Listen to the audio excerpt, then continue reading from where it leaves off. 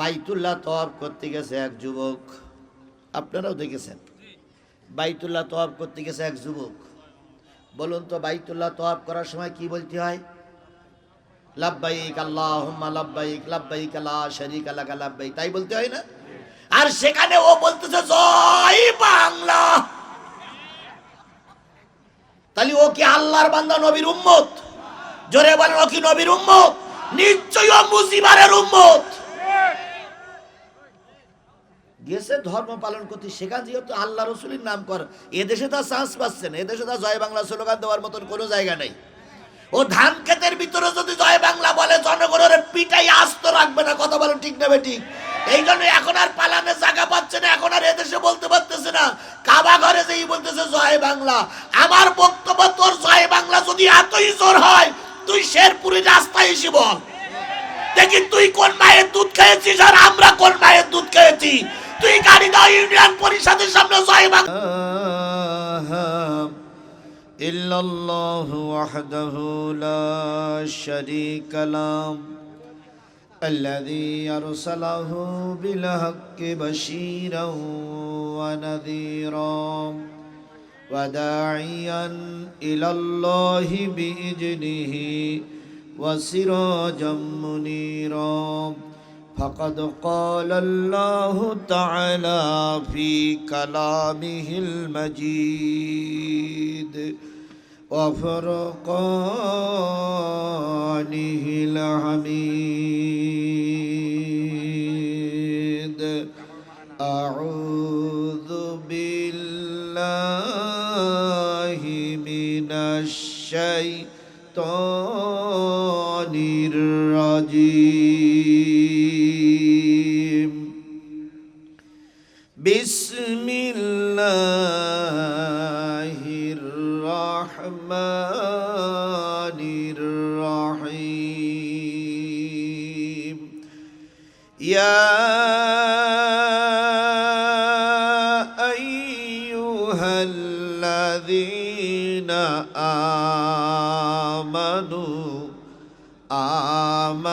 اركعوا واسجدوا واعبدوا ربكم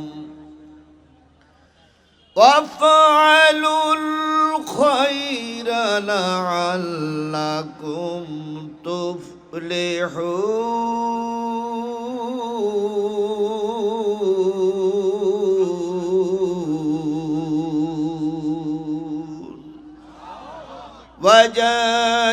وجاهدوا في الله حق جهاده هو اجتباكم وما جعل عليكم في الدين من حرج ملة أبيكم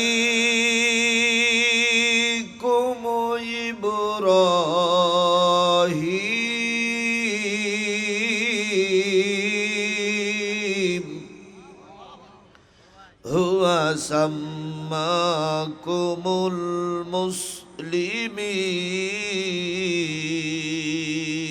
المسلمين صدق الله المولانا العظيم إن الله وملائكته يصلون على النبي يا أيها الذين آمنوا صلوا عليه وسلموا تسليما اللهم صل على محمد وعلى آل محمد كما صليت على إبراهيم وعلى آل إبراهيم إنك حميد مجيد اللهم بارك على محمد وعلى آل محمد كما باركت على إبراهيم وعلى آل إبراهيم إنك حميد مجيد لا إله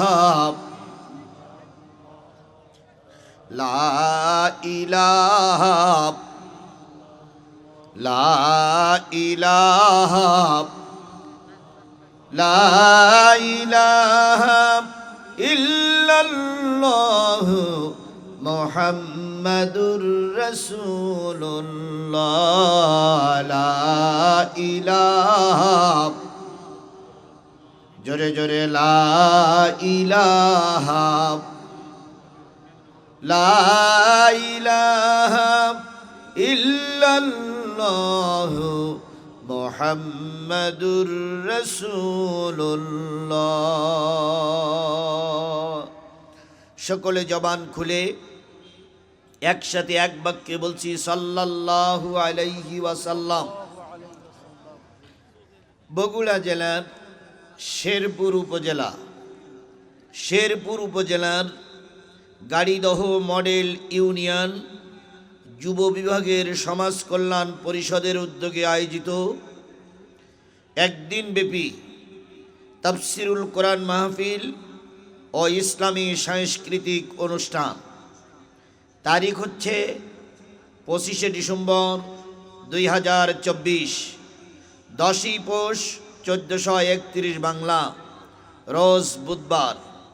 আজকের এই তাফসিরুল কোরআন মাহফিল এবং সাংস্কৃতিক অনুষ্ঠানের শ্রদ্ধাভাজন স্বনামধন্য সম্মানিত সভাপতি, বিশিষ্ট আলেমে দ্বীন, বিশিষ্ট ইসলামী চিন্তাবিদ, জনদরদী নেতা, শেরপুর উপজেলার সফল উপজেলা চেয়ারম্যান, আমাদের প্রিয় ভাই, আপনাদের প্রিয় মুখ, আমাদের হৃদয়ের স্পন্দন, আমাদের মাথার মুকুট, আগামী দিনে জাতির কাছে দোয়া প্রার্থী জননেতা জনাব আলহাজ মাওলানা মোহাম্মদ দবিবুর রহমান, আমির বাংলাদেশ জামাত ইসলামী শেরপুর উপজেলা শাখা, সাবেক চেয়ারম্যান শেরপুর উপজেলা পরিষদ বগুড়া। আজকের এই মাহফিলের সহসভাপতিবৃন্দ, আজকের এই মাহফিলের সম্মানিত প্রধান অতিথি জননেতা জনাব Mohammad Amimul Ehsan Zubair, advocate, Bangladesh supreme court, Dhaka. Zubair আসেনি কই?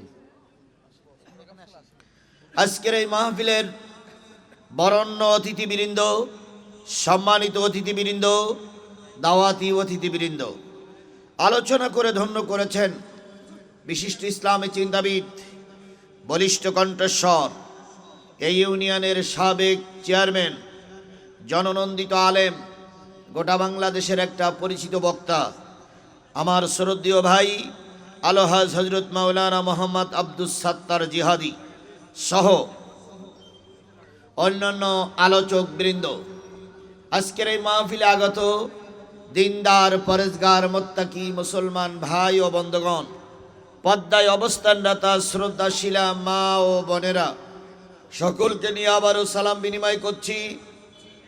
আশা করছি সালামের জবাবটা সবাই মিলে একসাথে জোরে সোরে দিবেন। আসসালামু আলাইকুম ওয়া রাহমাতুল্লাহি ওয়া বারাকাতুহু। আল্লাহ পাকের দরবারে লক্ষ কোটি শুকরিয়া, যিনি প্রচণ্ড শীতের ভিতরে শুধুমাত্র, কেবলমাত্র, একমাত্র কোরআনের আহ্বানে, কোরআনের ডাকে সকলকে উপস্থিত হওয়ার তৌফিক আল্লাহ দান করেছেন। যে মালিক কোনো যাত্রা গানে নিয়ে যান নাই, সিনেমায় নিয়ে যান নাই, অনিসলামী কোনো কার্যকলাপ অংশগ্রহণ না করিয়ে আল্লাহর মহাগ্রন্থ কোরআনের বাণী শোনার জন্য এই ময়দানে আপনাকে আমাকে উপস্থিত হওয়ার তৌফিক দান করলেন, সেই মালিকের দরবারে সবাই মিলে একসাথে এক বাক্যে বলছি আলহামদুলিল্লাহ। আরেকটু জোরে বলুন তো আলহামদুলিল্লাহ। কার শুকরিয়া আদায় করলাম? সবাই মিলে বলুন, কার শুকরিয়া আদায় করলাম? খুশি হলো কে? আর আলহামদুলিল্লাহ এই শব্দটা মেনে নিতে পারে না, গ্রহণ করতে পারে না, সহ্য করতে পারে না, আদৌ তার কাছে যেতে চায় না, তিনি কে? জোরে বলেন, তিনি কে? শয়তান কে এই মজলিসে আছে? আছে আছে শয়তান এই মজলিসে আছে? একটু হাত উঁচু করে দেখাই দেন, হুজুর এই সেই শয়তান। ভারতে গেছে?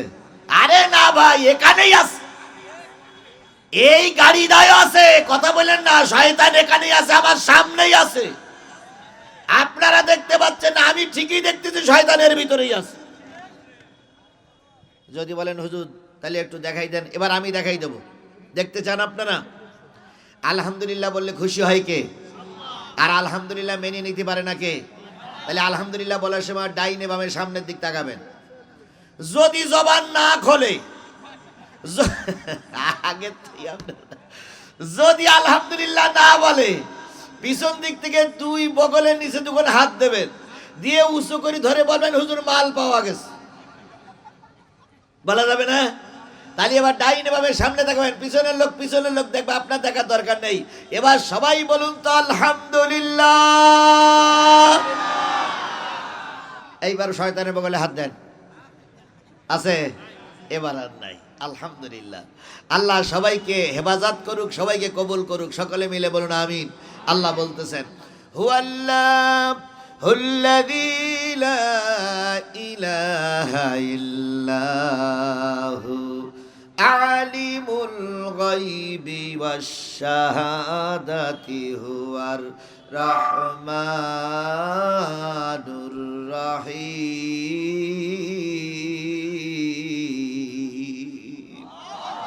তিনি সেই আল্লাহ, তিনি সেই আল্লাহ, যে আল্লাহ ছাড়া কোনো মালিক নাই, যে আল্লাহ ছাড়া কোনো রিজিকদাতা নাই, যে আল্লাহ ছাড়া কোনো হুকুমদাতা নাই, যে আল্লাহ ছাড়া কোনো ইলাহ নাই।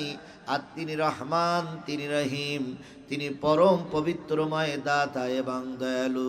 সেই আল্লাহর নামে আবারও শুকরিয়া আলহামদুলিল্লাহ। ভাই দাঁড়াই আছেন কেন? আপনারা কি আমার সাথে রাগ করে দাঁড়াই আছেন নাকি? আরে বাবা, আমার পরে তো প্রধান বক্তা, না কি বলে, সাংস্কৃতিক অনুষ্ঠান আসতেছে। সাইমুম, বাংলাদেশের সবচেয়ে নামকরা শিল্পী গোষ্ঠী সাইমুম। আমি ওখানে খাচ্ছিলাম, দেখলাম ওনারা রিহার্সাল দিতে আছে, তার মানে ওনারা আপনাদের যেটা শোনাবে সেইটা আবার ওখানে প্র্যাকটিস চলছে। বিরাট ব্যাপার ভাই, এটা অন্য রকম ব্যাপার। আজকে জিহাদির অস্ত্র প্রায় শোনা যায়, কিন্তু ওদের তো দেখা যায় না। আজকে অন্য রকম কায়দা ভাই, বসে পড়ুন জায়গা নিয়ে, এরপরে জায়গাই পাবেন না। আল্লাহ আমাদের সবাইকে কবুল করুক, সকলে মিলে বলুন আমিন।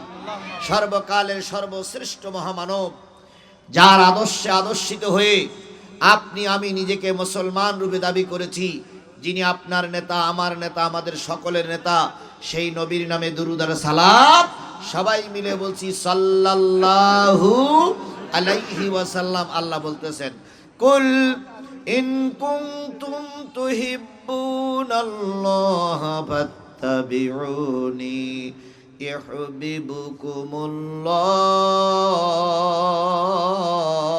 ইউহিব্বুকুমুল্লাহ ওয়া ইয়াগফির লাকুম যুনুবাকুম ওয়াল্লাহু গফুরুর রহিম।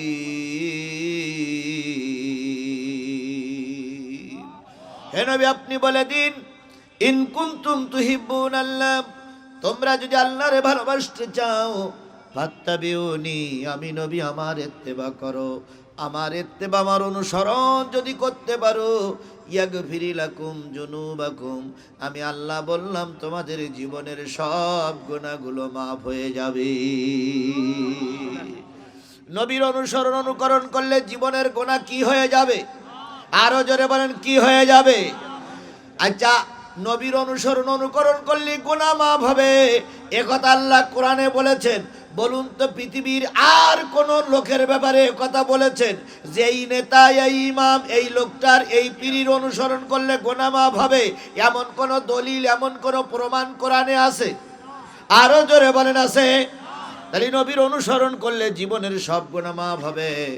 সেই নবীর অনুসরণ অনুকরণ আমাদের ভিতরে কম না বেশি? বুঝে শুনে বলবেন। নবীর অনুসরণ আমাদের ভিতরে কম না বেশি? কম তো কম, কোন কোন ক্ষেত্রে মোটে নাই। নবীকে নিয়ে ব্যঙ্গ করে, নবীকে নিয়ে বাজে কথা বলে, নবীর পক্ষে কেউ রাস্তায় নামলে পুলিশ তাকে গুলি করে মেরে হত্যা করে। কথা বলেন ঠিক না বে ঠিক? নবীর পক্ষে কথা বললে তাকে জেল খাটতে হয়, আর নবীর বিরুদ্ধে কথা বললে তার মান মর্যাদা বৃদ্ধি পায়।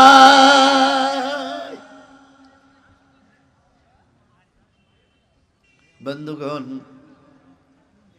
যে সরকার চলে গেছে, এই সরকারের একজন নেতা ছিলেন, তিনি ছিলেন জাতির আব্বা। জাতির আব্বা কি বিএনপির? জাতির আব্বা কি জাতীয় পার্টির? জাতির আব্বা কি জামাতের? জাতির আব্বা কার? আওয়ামী লীগের। এই জাতির আব্বা এবং তার দোসররা যতদিন ক্ষমতায় ছিল, বাংলাদেশে একটা আইন ছিল, মুজিবুর রহমানকে নিয়ে কেউ কটূক্তি করলে বিনা বিচারে 3 বছরের জেল। কয় বছর? 50,000 টাকা জরিমানা। এই 50,000 টাকা যদি কেউ না দেয়, তাকে আরো 1 বছর জেলে ধুকে ধুকে মরতে হবে। শুধু মুজিবুর রহমানকে নিয়ে বাজে কথা বললে, মুজিবুর রহমানকে বাজে মন্তব্য করলে, বলুন তো মরহুম প্রেসিডেন্ট মুজিবুর রহমানের মর্যাদা বেশি না আমার নবীর মর্যাদা বেশি? স্পষ্ট করে বলবেন, নবীর মর্যাদা বেশি না মরহুম প্রেসিডেন্ট মুজিবুর রহমানের মর্যাদা বেশি? তাহলে মুজিবুর রহমানের নিয়ে বাজে কথা বললে যদি 3 বছরের জেল হওয়া লাগে, আল্লাহর নবী নিয়ে বাজে কথা বললে সারা জীবন তার জেল খাটা লাগবে। অথচ সে আইনটা আমাদের দেশে ছিল না, বরং যে যত নবীকে নিয়ে, রাসূলকে নিয়ে, আলেম ওলামাকে নিয়ে বাজে কথা বলতে পেরেছে, তার প্রমোশন ততই বেড়েছে। কি কথাটা বাড়াই বললাম না ঠিক বললাম? আরেকটু জোরে বলেন, বাড়াই বললাম না ঠিক বললাম? তাহলে নবীকে নিয়ে বাজে কথা বললে দেশের মানুষের মর্যাদা বাড়ায় যে সরকার, আর নবীর পক্ষে মিছিল করলে যাদেরকে গুলি করে মারে, আমার সন্দেহ লাগে এই সরকার আর এই সরকারের দোসররা আদৌ মুসলমান ছিল কিনা। যদি বলেন হুজুর এত নিচে নামাই দিচ্ছেন কেন? কয়েকদিন আগে দেখলাম বাইতুল্লাহ তওয়াফ করতে গেছে এক যুবক, আপনারাও দেখেছেন। বাইতুল্লাহ তওয়াফ করতে গেছে এক যুবক। বলুন তো বাইতুল্লাহ তওয়াফ করার সময় কি বলতে হয়? লাব্বাইক আল্লাহুম্মা লাব্বাইক, লাব্বাইক লা শারীকা লাকা লাব্বাইক, তাই বলতে হয় না? আর সেখানে ও বলতেছে জয় বাংলা। তাহলে ও কি আল্লাহর বান্দা, নবীর উম্মত? জোরে বলেন, ও কি নবীর উম্মত? নিশ্চয়ই ও মুজিবারের উম্মত। গেছে ধর্ম পালন করতে, সেখানে যেহেতু আল্লাহ রসুলের নাম কর, এদেশে তা চান্স পাচ্ছেন, এদেশে তা জয় বাংলা স্লোগান দেওয়ার মতন কোনো জায়গা নেই। ও ধান ক্ষেতের ভিতরে যদি জয় বাংলা বলে, জনগণের পিটাই আস্ত রাখবে না। কথা বলেন ঠিক না বেঠিক? এই জন্য এখন আর পালানের জায়গা পাচ্ছে না, এখন আর এদেশে বলতে পারতেছে না। কাবা ঘরে যেই বলতেছে জয় বাংলা। আমার বক্তব্য, তোর জয় বাংলা যদি এতই জোর হয়, তুই শেরপুরি রাস্তায় এসে বল, দেখি তুই কোন মায়ের দুধ খেয়েছিস আর আমরা কোন মায়ের দুধ খেয়েছি। তুই গাড়িদহ ইউনিয়ন পরিষদের সামনে জয় বাংলার মিছিল কর, দেখি গাড়িদহর যুবকেরা তোর কিভাবে আদর আপ্যায়ন করে। সুতরাং নবীর ভালোবাসা যতক্ষণ দিলের ভিতরে বেশি না হবে, ততক্ষণ কি হওয়া যাবে না? ইমানদার হওয়া যাবে না। নবীর ভালোবাসা দিলের ভিতরে আনলেই জীবনের সব গুনাহ কি হয়ে যাবে? আরো জোরে বলেন, কি হয়ে যাবে? যে কায়দায় হোক আপনি এমপি হয়েছে, কি কায়দায় হয়েছে ব্যাখ্যা অনেকবার করেছি, আর করার না দরকার নাই। এমপি হয়েছেন, জাতীয় সংসদে গেছেন, অনেক বছর পরে চান্স পেয়েছেন। আপনাকে যখন স্পিকার ফ্লোর দিল, আপনি 20 মিনিট টাইম কথা বলবেন, আপনাকে মঞ্চে দাঁড়িয়েই অন্তত কার শুকরিয়া আদায় করা দরকার ছিল? প্রথম বলা দরকার ছিল, স্পিকার সাহেব, দীর্ঘদিন পর আল্লাহ পাক আমাকে জাতীয় সংসদের সদস্য পদ দিয়েছে, এই জন্য মালিকের দরবারে শুকরিয়া আদায় করছি, আলহামদুলিল্লাহ। নবীর নামে দুরূদ পড়তেছি সাল্লাল্লাহু আলাইহি সাল্লাম। তা না বলে ওনারাই যে এই শুরু করে। স্পিকার সাহেব, আপনাকে ধন্যবাদ, আপনি আমাকে সময় দিয়েছেন, এই জন্য আপনাকে ধন্যবাদ। স্মরণ করছি সর্বকালের সর্বশ্রেষ্ঠ মহামানব, হাজারো বছরের শ্রেষ্ঠ বাঙালি, জাতির পিতা মরহুম প্রেসিডেন্ট মুজিবুর রহমানকে স্মরণ করছি। দেশরত্ন, দেশ নায়ক, দেশরত্ন কি বলে শেখ হাসিনার স্মরণ করছি। এই স্মরণ করতে করতে, দেশের কথা না বলে এই স্মরণ করতে করতে ওর 28 মিনিট চলে যায়, অথচ একটা বারে নবীর কথা আল্লাহর কথা মুখে আনে না। কথা বলেন ঠিক না বেঠিক? আল্লাহ বলতেছে তোর আজকে দায়িত্ব দিয়ে সম্মানিত করলাম, তুই আমার কথা রসুলের কথা ভুলে গেছিস। যে জনগণ তোরে পড়াচ্ছে ফুলের মালা, খুব তাড়াতাড়ি ওই জনগণ মঞ্চের থেকে জুতার মালা দিয়ে নিচে নামাবে, জুতা পিটা করে তোরে বাবার বাড়ি পাঠিয়ে দেবে। কথাটা ঠিক বললাম না বেঠিক বললাম? সুতরাং রসুলের মহব্বত ছাড়া জীবনের গুনাহ মাফ করা যাবে না। সেই রসুলের নামে দুরূদ আর সালাম কারোর জবান বন্ধ থাকবে না। সাল্লাল্লাহু আলাইহি ওয়াসাল্লাম। বন্ধুগণ বলুন তো, রসুলের ইসলাম প্রচার আর আমাদের ইসলাম প্রচার কি এক? রসুলের ইসলাম প্রচার আর আমাদের ইসলাম প্রচার কি এক? কোন জায়গায় পার্থক্য? কোন জায়গায় পার্থক্য?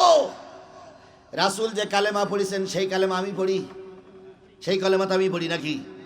রাসূল এশার নামাজ পড়েছিলেন কয় রাকাত? 4 রাকাত ফরজ, 2 রাকাত সুন্নত, 3 রাকাত বেতের সহ এই নামাজগুলো। আমরা তো সেই নামাজ পড়লাম। তাহলে পার্থক্য কোথায়? রাসূল যে কালেমা পড়লে আমি সেই কালেমা পড়লাম, রাসূল যে মসজিদে পড়লে আমি সেই মসজিদে পড়লাম। পার্থক্য কোথায়? পার্থক্য হলো এক জায়গায়, রসুল কালেমা পড়েছেন, কালেমার হক আদায় করেছেন, আর তুমি আর আমি কালেমা পড়ি, কালেমার হক আদায় করি না। আল্লাহর নবী সবচেয়ে ভালো মানুষ, সবচেয়ে শ্রেষ্ঠ মানুষ, সবচেয়ে উত্তম মানুষ, তারপরেও তিনি কাফেরের কাছে কালেমা বলে মার খেয়েছেন না খান নাই? তুমি আর আমি একই কালেমার দাওয়াত দিয়ে গোটা দেশে ঘুরে বেড়াই, কেউ তোমাকে আমাকে মারে না। তাহলে বুঝতে হবে নবীর কালেমা আর তোমার আমার কালেমা এক হচ্ছে না। এক কালেমায় রুটি রুজিয়ার, এক কালেমায় ফাঁসি, এক কালেমায় রুটি রুজিয়ার, এক কালেমায় ফাঁসি। কোন কালেমায় থাকবে তুমি জানাও জগতবাসী। এক কালেমায়, এক কালেমায় রুটি রুজিয়ার, এক কালেমায় ফাঁসি।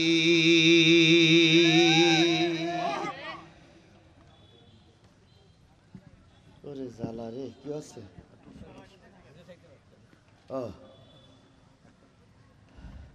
একই কালেমা পড়ে কেউ বা বিমানে চড়তেছে, আর একই কালেমা পড়ে কেউ বা 13 বছরের জেল খাটতেছে। একই কালেমা পড়ে কেউ বা খেয়ে খেয়ে বুড়ি লতাই তরমুসির মতন করতেছে, আর একই কালেমা দাওয়াত দিয়ে কেউ বা ফাঁসির কাস্টে ঝুলতেছে, কেউ বা বছরের পর বছর জেল খাটে, আর কেউ বা কালেমার দাওয়াত দিয়ে কোটি কোটি টাকার মালিক হয়। তাহলে বুঝতে হবে কালেমা এক থাকলেও হক আদায় করা হচ্ছে না। বলুন তো, নবী সাল্লাল্লাহু আলাইহি সাল্লামের চাইতে ভালো মানুষ সমাজে কিছু কেউ ছিল না। তারপরে ওই কালেমার দাওয়াত দিতে যে রসুল মার খেয়েছে না খায়নি? এই কথা বলেন, মার খেয়েছে না খায়নি? রসুল ওই কালেমার দাওয়াত দিতে দেশ ছেড়েছে না ছাড়িনি? তাহলে একই। ভাই দয়া করে আমার পরে দেন, এগুলো এগুলো পরে দেন, তো আমি আগে শেষ করি নাই।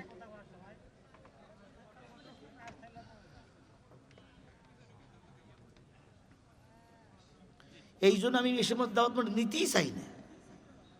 এই সাংস্কৃতিক অনুষ্ঠান হওয়া মানে ভেজাল। ইরির জন্য যত ঝামেলা, উরির জন্য বাম্বার টুকু, তাহলে আমার দাওয়াত করার দরকারটা কি? এইগুলো পরে দেওয়া যাবে না।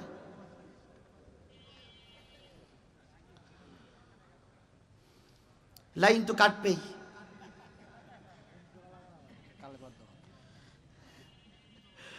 আমার ভাইয়েরা, কালেমার দাওয়াত দিতে দিয়ে রসুল মাইর খাইল, দেশ চাললো, না খেয়ে থাকলো। আর তুমি আর আমি কালেমার দাওয়াত দিয়ে অনেক কিছু করতেছি। তাহলে বোঝা গেল ওই কালেমার এই কালেমার ভিতরে নিশ্চয়ই কোনো তফাৎ আছে। কথা বলেন ঠিক না বে ঠিক? সারা জীবন শুনেছি তাবলিগওয়ালারা নিজের খাই নিজের গায়ে, তাই শুনেছি না ভাই? কি সুন্দর পাম্পট্টি কয়, তাবলিগের চাইতে ভালো মানুষ আর সমাজে কেউ নাই, নিজের খাই নিজের গায়ে। আমরাও তাই মেনে নিতাম, আমিও তাবলিগে চিল্লা দেওয়া লোক। এখন আমার প্রশ্ন, এতই যদি ভালো হয় মারামারি কেন? কি মারামারি হচ্ছে না? আচ্ছা, দুই দলে দুই দলে দুটো বিশ্ব ইজতেমা করতে হলো, সমস্যা কোথায়? চলতি থাক না, আগে করবে করি। এখন মারামারি করি, সরকার 144 দ্বারা জারি হয়েছে, কোনোটাই চলবে না। তাহলে বিরাট লাভ হয়েছে না ভাই? বিরাট লাভ হয়েছে না? এই জন্য কালেমার হক আদায় করে যদি আমরা চলতে পারতাম, নবী যে কাজ করেছে ওই কাজ যদি আমাদের দ্বারা হতো, আল্লাহর কসম আমাদের সমাজে বিশৃঙ্খলা হতো না। আল্লাহ নবী কালেমার দাওয়াত দিয়েছেন, কখনো 2 দিন, কখনো 3 দিন, কখনো 4 দিন, কখনো 5 দিন, কখনো 7 দিন পর্যন্ত না খেয়ে থেকেছে। এমন একটা অবস্থায় মদিনার মসজিদে জোহরের আজান হয়ে গেল। নবী সাল্লাল্লাহু আলাইহি সাল্লাম জোহরের সালাত আদায় করার জন্য মসজিদে নববীতে হাজির। হযরত বেলাল বলেন, হুজরাখানার থেকে যখন নবীজি আসতেছিলেন তখন লক্ষ্য করলাম নবীজি একটা পা উঠায় আর একটা পা উঠাইতে পারে না। নবীর হাতখানা ধরলাম, নবীজি আমার কাঁধের পরে হাত দিয়ে নামাজের জায়গায় চলে আসলেন। আল্লাহ নবী নামাজে দাঁড়িয়ে গেলেন, আমি বেলাল আজান দিলাম, নবীজি নামাজে দাঁড়ালেন। দাঁড়ানোর পর অনেকক্ষণ ধরে ধরে রুকু কেরাত, অনেকক্ষণ ধরে কি বলে সূরা কেরাত পড়লেন। দীর্ঘক্ষণ পর আল্লাহ নবী রুকুতে গেলেন। আমি বেলাল খেয়াল করলাম রুকুর থেকে মনে হয় আজকে আর উঠবে না। আমি বেলাল পিছন দিক থেকে অনেক সংকেত দিচ্ছিলাম নবী যেন মাথাটা একটু উঁচু করে। অনেকক্ষণ পরে নবী মাথা উঁচু করে রুকু করলেন। রুকুতে অনেকক্ষণ দাঁড়ালেন। বেলাল বলেন, দীর্ঘক্ষণ দাঁড়াই থাকতে আমি কোনোদিন দেখিনি। এরপরে নবীজি সেজদায় গেলেন। প্রথম সেজদায় যে নবীজি পড়েই আছে, মাথা উঠায় না। বেলাল মনে মনে ভাবতেছে আল্লাহর নবী মনে হয় মারা গেছে, কোনো শব্দ করতেছে না। বেলাল বলেন, আমি পিছন দিক থেকে পায়ে একটু সুরসুরি দিলাম নবী যাতে করে মাথা উঁচু করে। নবী 2 সিজদার মাঝখানে বসলেন, আর সেজদায় যায় না। আমি মাঝে মাঝে সংকট দিচ্ছিলাম, ইয়া রাসূলুল্লাহ দ্বিতীয় সেজদা বাকি আছে। নবীজি সেজদায় গেলেন, অনেকক্ষণ ধরে ধরে নামাজ পড়ালেন।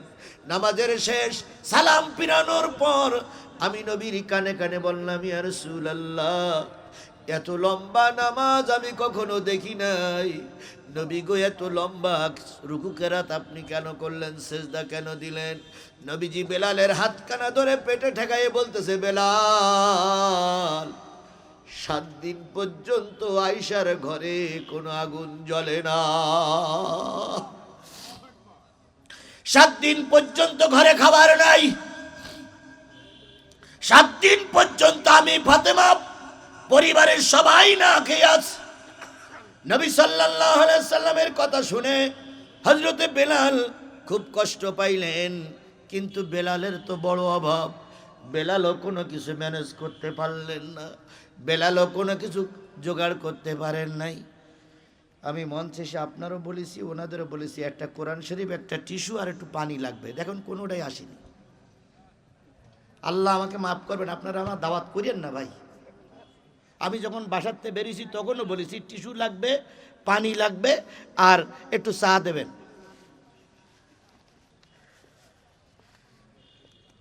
মহা বিপদে বেশি দাওয়াত নিলে যা হয়।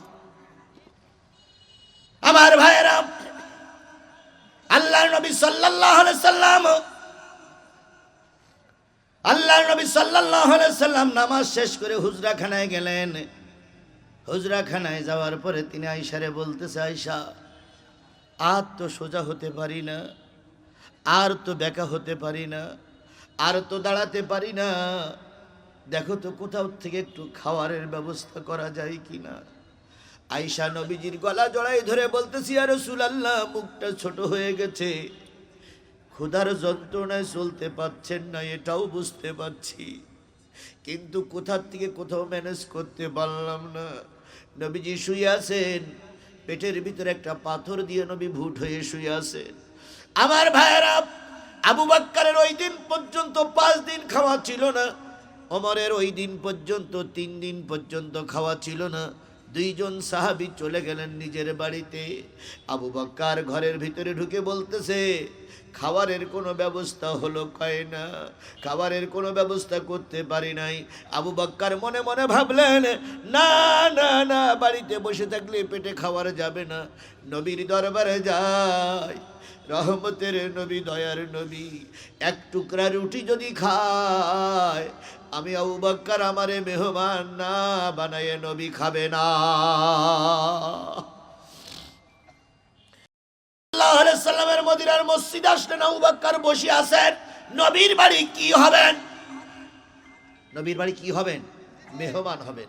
একটু মেহমান হয়ে পেটের ক্ষুধা যেন একটু কমে যায়। হযরত ওমর রাদিয়াল্লাহু তাআলা আনহুর বাড়িতে 3 দিন খাবার নাই।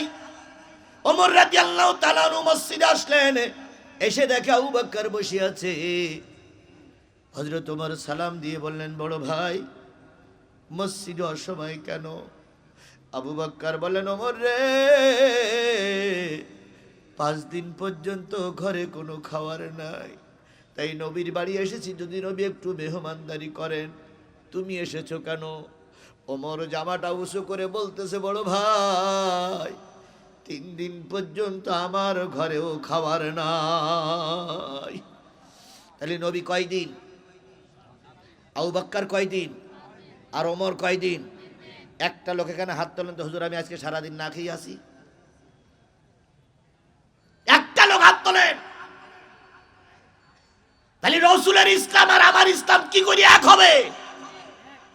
রসুল 7 দিন পর্যন্ত না খেয়ে কালেমা দাওয়াত দিয়েছে, কথা বলেন ঠিক না বেঠিক?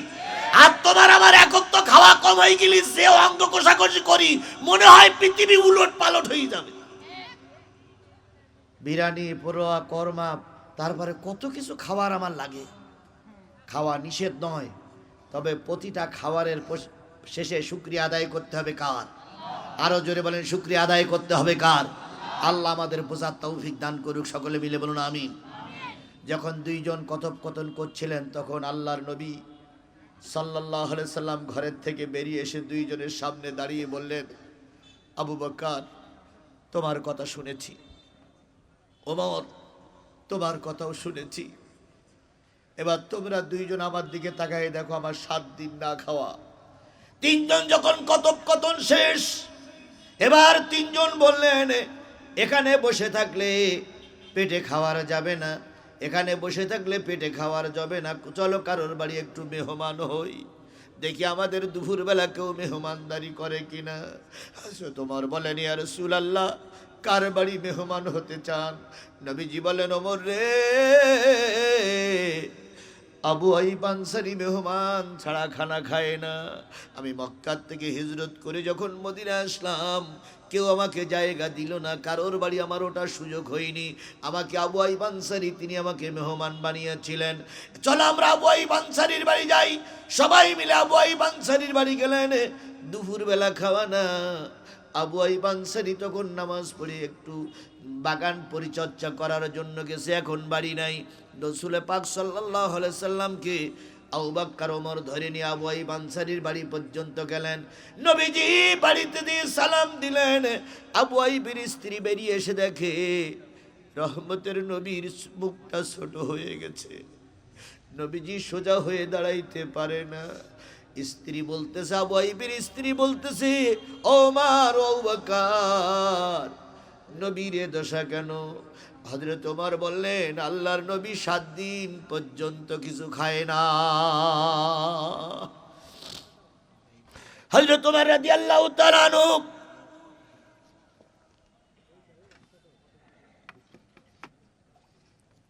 পরিচয় করাই দিলেন।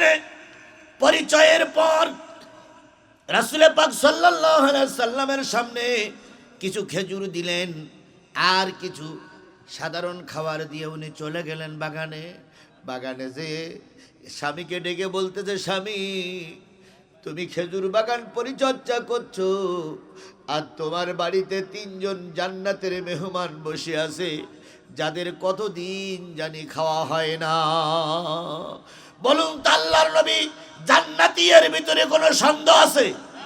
হযরত আবু বকর জান্নাতি এর ভিতরে কোনো সন্দেহ আছে? হযরত ওমর জান্নাতি এর ভিতরে কোনো সন্দেহ আছে? কেউ আলেম ওলামা বাড়িতে গেলে খুশি হয়, আর কেউ থানার ওসি সাহেব বাড়িতে ডেকে এনে খুশি হয়। আগের সরকারের কিছু দালাল ছিল, ওসি সাহেব পুলিশ বাড়ি আসলে মসজিদের সামনে এসে বলতো, আমারে চেনো? ওসি সাহেব কিন্তু দুপুরবেলা আমার বাড়ি দাওয়াত খেয়েছে। কথা বলেন, কথা বলেন, কথা বলেন। পুলিশে ধরাই দিয়েছে ওরাই। যদি আমার কোন ভাইকে পুলিশের কাছে এই নেতা কর্মীরা ধরাই না দিত, পুলিশের কোনো ক্ষমতা ছিল না আমারে খুঁজে বের করার। আর এখন বিড়াল সাধু হইস, টুপি এক কান মাথায় দিয়ে হাজির রুমাল এক কান পরে শুক্রবারে সবাই আগে মসজিদের কোনায় দিয়ে 450 দানার তসবিহ হাতে নেছে। লা ইলাহা ইল্লাল্লাহ, লা ইলাহা ইল্লাল্লাহ, লা ইলাহা ইল্লাল্লাহ, লা ইলাহা ইল্লাল্লাহ। তুমি যে কোন কারণে কালেমা ধরেছো, তুমি যে কোন কারণে টুপি ধরেছো, বিশ্বের সব না জানলেও বাংলাদেশের লোক জানে। কথা বলেন ঠিক না বেঠিক?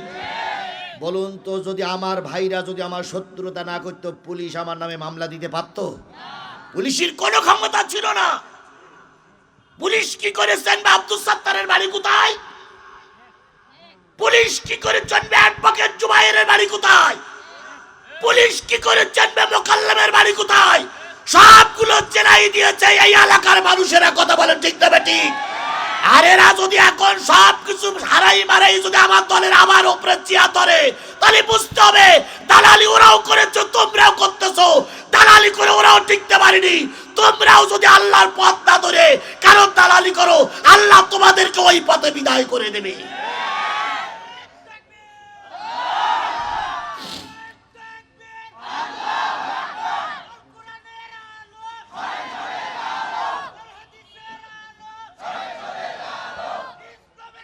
আমার ভাইরা,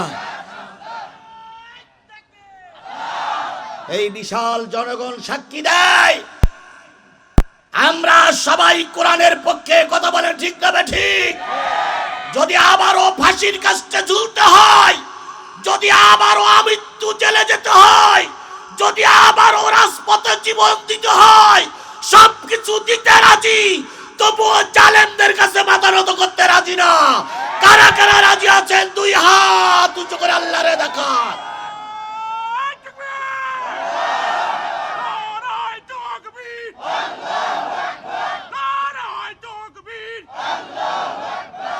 আল্লাহ এই হাতগুলোর ইসলামের জন্য কবুল করুক, কোরআনের জন্য কবুল করুক, দিন কায়েমের জন্য কবুল করুক। সকলে মিলে বলুন আমিন। আরো জোরে বলেন আমিন। আমার ভাইরা, নবীজি বললেন, আবু আইব কোথায়? কয় আবু আইব বাগানে গেছে, আমি এখনই তাকে ডেকে দিচ্ছি। স্ত্রী চলে গেলেন। স্ত্রী যে সংবাদ দিলেন, কিছু কাঁচা পাকা খেজুর পাঠাই দিয়ে বললেন আমি আসতেছি। আবু আইব আসলেন, নবীর সামনে দাঁড়ালেন, চোখ বেয়ে টপ টপ টপ টপ করে পানি পড়তেছে। নবীজি বলেন, আবু আইব কান্দো কেন? কয় ইয়া রাসূলুল্লাহ, মদিনার মানুষের যখন খাওয়ার থাকে না, বাচ্চাগুলো যখন ক্ষুধার যন্ত্রণায় ছটফট করে, নারীরা খুব বুদ্ধি করে মদিনার মসজিদে পাঠিয়ে দেয় বাচ্চাদের। 3 দিন 4 দিন পর্যন্ত না খেয়ে থাকে। থাকা বাচ্চাটা মদিনার মসজিদে আপনার সামনে বসে থাকলে তাদের পেটে ক্ষুধা থাকে না। আপনার মুখটা একটুখানি ছোট হয়ে গেছে কেন? নবীজি বলেন, আবু আইব 7 দিন পর্যন্ত আয়েশার ঘরে কোনো আগুন জ্বলে না, খাওয়ার নাই। নবীজি বললেন, আমার আবু বকর না খাওয়া, ওমর না খাওয়া।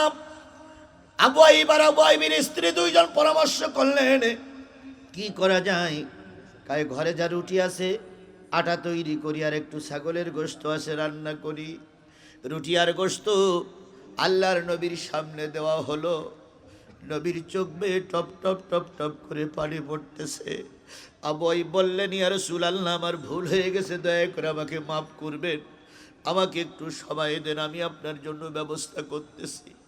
নবী 2 খানা রুটি আর 2 খানা গোশত একটা পটের ভিতরে, একটা পাত্রের ভিতরে জড়ায়ে আবু আইবকে ডাক দিয়ে বললেন, আবু আইব, আবু আইবকে ডাক দিয়ে বললেন, আবু আইব, আবু আইবকে ডাক দিয়ে বলেন, আবু আইব, এই রুটি 2 খানা আর এই গোশত 2 খানা আমার বাড়িতে একটু পৌঁছে দিয়ে এসো। আবু আইব বলেন, ইয়া রাসূলুল্লাহ, খাওয়ার পরে নিয়ে যাবেন, নবীজি বললেন না না না, আমি যখন আসতেছিলাম আমার মায়ে ফাতেমা আমার সামনে দাঁড়িয়ে বললেন, আব্বা কোথায় যাচ্ছেন আপনি? কয় আমি একটু দেখি বাইরের দিকে যাই। ফাতেমা তখন আমাকে বললেন, আব্বু যদি বাইরে কারোর বাড়ি মেহমান হন, যদি কোনো খাবারের ব্যবস্থা হয় আমাকে না দিয়ে যেন আপনি কিছু খাবেন না। আমি আমার নবীর মেয়ের ফাতেমার মাথায় হাত দিয়ে বলেছি, মারে এক টুকরা গোশত যদি তোর বাবা খায় তোরে না দিয়ে খাবে না। ও আমার জাতি, গোশত আর রুটি যতক্ষণ পর্যন্ত ফাতেমার কাছে পৌঁছাই না দিয়ে এসেছিলেন, নবীজি ততক্ষণ পর্যন্ত খাওয়া শুরু করেন নাই। সেই নবী আপনার আমার নবী, কথা বলেন ঠিক না বেঠিক? সেই নবী মুসলমানদের নবী, গোটা বিশ্ব মানবতার জন্য কান্ডারি, সেই নবীর নামে দুরূদ আর সালাম সাল্লাল্লাহু আলাইহি ওয়াসাল্লাম। বন্ধুগণ, আমি আজকে আপনাদের সামনে তেলাওয়াত করেছি সূরা হজ। কোন সূরা? 2টা আয়াত। দুর্ভাগ্য আমার, সৌভাগ্য আপনাদের, আপনারা এতগুলো মানুষ এক জায়গায় জান্নাতের বাগানে বসে আছেন। দুর্ভাগ্য আমার, আমি হয়তো খুব বেশি সময় দিতে পারবো না। এই জন্য আমি আপনাদের কাছে দাবি করছি, আমি যদি আর কয়েক মিনিট কথা বলতে চাই, আপনারা কি শুনতে রাজি আছেন? রাজি আছেন? রাজি আছেন? জি, আল্লাহ পাক আপনাকে আমার পরে বরকত দিক। আপনারা জানেন ইসলামী সাংস্কৃতিক অনুষ্ঠান আছে এখানে একটা পরে, জানেন তো আপনারা? আমার পরপরই শুরু হবে এবং আশা করি বাংলাদেশের সবচেয়ে সুনামধন্য নামকরা একটা শিল্পী গোষ্ঠী, তারা এখানে সাংস্কৃতিক অনুষ্ঠান করবে। আশা করি আপনাদের সবাই মন মুগ্ধ হবে। আমিও থাকতে পারলে ভালো হতো। দইবুর ভাই আবার আসবে, উনি এক জায়গায় গেছেন, আবার আসবে। আমরা সবাই সেই অনুষ্ঠানে থাকবো ইনশাআল্লাহ। বলুন তো, এই কোরআনের মাহফিল আর এই সাংস্কৃতিক অনুষ্ঠান করতে গিয়ে কতটুকু টাকা খরচ হয়েছে বলে মনে হয় কর্তৃপক্ষর? আমি যতটুকু শুনলাম ওই গাড়িতে যারা আইছে ওদের নাকি 1 লাখ দেওয়া লাগবে। 3 লাখ টাকা খরচ কমপক্ষে। এই 3 লাখ টাকা যদি আজকে আমরা সবাই মিলে, চেয়ারম্যান, মেম্বার, উপজেলা চেয়ারম্যান, ওয়ার্ড মেম্বার, নারী পুরুষ সবাই মিলে উঠাতে না পারি, আগামী বছর এই যুবকেরা কিন্তু এরকম মাহফিলও আর দেবে না, সাংস্কৃতিক অনুষ্ঠানও হবে না, যাত্রা গান হবে। এখন আপনারা যাত্রা গানের পক্ষে না কোরআনের পক্ষে? কারা কারা কোরআনের পক্ষে আছেন একটু হাত তুলে দেখান তো। হুজুর আমরা কোরআনের পক্ষে। আল্লাহ তুমি হাতগুলোরে কবুল করো। আল্লাহ, আল্লাহ তুমি আমাদের পরে রহমত করো। আমরা যতই টাকা পয়সা দেই, যদি তোমার রহমত না হয় আমরা টিকে থাকতে পারবো না। আল্লাহ, আমরা অনেক চেষ্টা করেছি, শেখ হাসিনা তাড়াইতে পারিনি শুধু তোমার রহমত না হওয়ার কারণে। এখন রহমত হয়েছে, শেখ হাসিনা চলে গেছে। আল্লাহ, আমরা যতই হাত পাই ধরি, যদি তোমার রহমত না হয় তাহলে আমরা টিকতে পারবো না। মাবুদ, দয়া করে আমাদের সবার পরে তুমি রহমত নাজিল করো, দিলটা নরম করে দাও, এই কোরআনের অনুষ্ঠানটা টিকে থাকে তৌফিক তুমি দান করে দাও। এখন এই কোরআনের অনুষ্ঠান আর এই সাংস্কৃতিক অনুষ্ঠান টিকে থাকতে গেলে আজকে বাড়ি যেই 12 রাকাত তাহাজ্জুদ নামাজ পড়বো আর এক মক চোখের বাণী ফেলেই কানবার বলবো, আল্লাহ আগামী বছর যেন 10টা সাংস্কৃতিক দল আসতে পারে।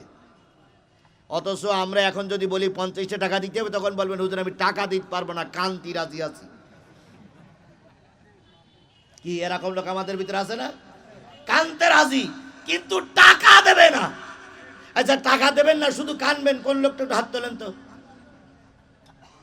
টাকা দেবেন না, শুধু কেন্দে দেবেন, যত কান্দা লাগে আপনি কানবেন, কিন্তু টাকা চালি দেবেন না। কেনা কেনা হাত তোলেন। মাশাআল্লাহ, না রে শেরপুরের মানুষ এমনি ভালো। এই জন্য তো আশা করছি আগামী শেরপুরে এখান থেকেই কোরআনের পতাকা উড্ডীন হবে। কথা বলেন ঠিক না ঠিক?